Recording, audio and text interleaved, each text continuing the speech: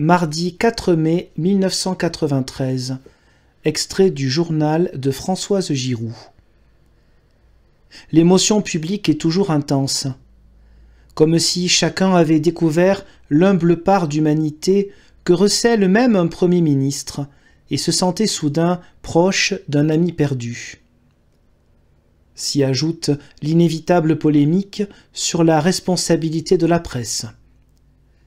On a livré aux chiens l'honneur d'un homme, s'est écrié François Mitterrand, sans que l'on sache bien qui était le « on » et qui les chiens. François Léotard, ce grand étourneau, stigmatise, bille en tête, le canard enchaîné, dont il est la cible hebdomadaire. La mort de Bérégovoy, un meurtre, tout simplement.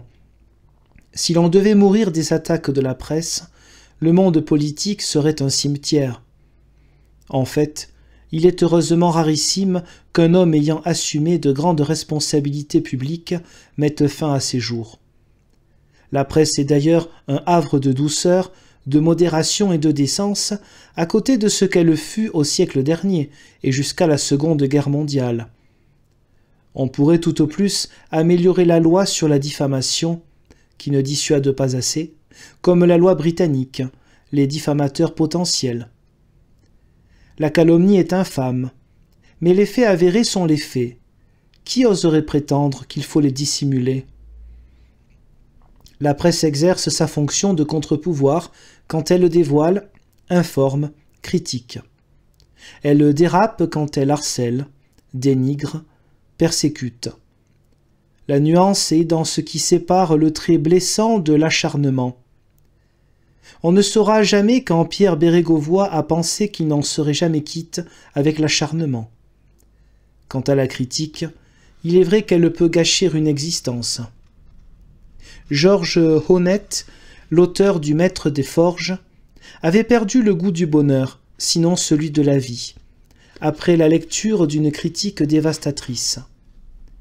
De Jules Lemaître, sauf erreur. Mais l'immense succès du livre avait été impuissant à redresser l'image de lui-même qu'il avait reçue de cette critique qui le poursuivait. Heureux les anonymes qui ne tombent sous la plume de personne. Funérailles écuméniques, ah, qu'on vous aime quand on est mort. Retransmise dans l'après-midi par la télévision, où l'on doit enrager qu'elle n'ait pas été fixée à 20h30. Dans le métro, un homme pérore. Bérégovoy, il ne s'est pas suicidé, on l'a tué.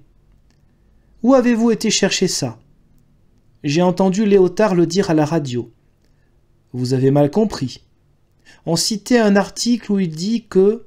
Dites donc, il faudrait pas me prendre pour un imbécile. Il devenait méchant, je n'ai pas insisté. Ainsi naissent les rumeurs. Au journal de 20h, PPDA lit tout au long d'une voix vibrante l'article de Léotard, comme s'il plaidait son propre cas. Bouffon et, par quelque endroit, attendrissant. Comme un grand blessé.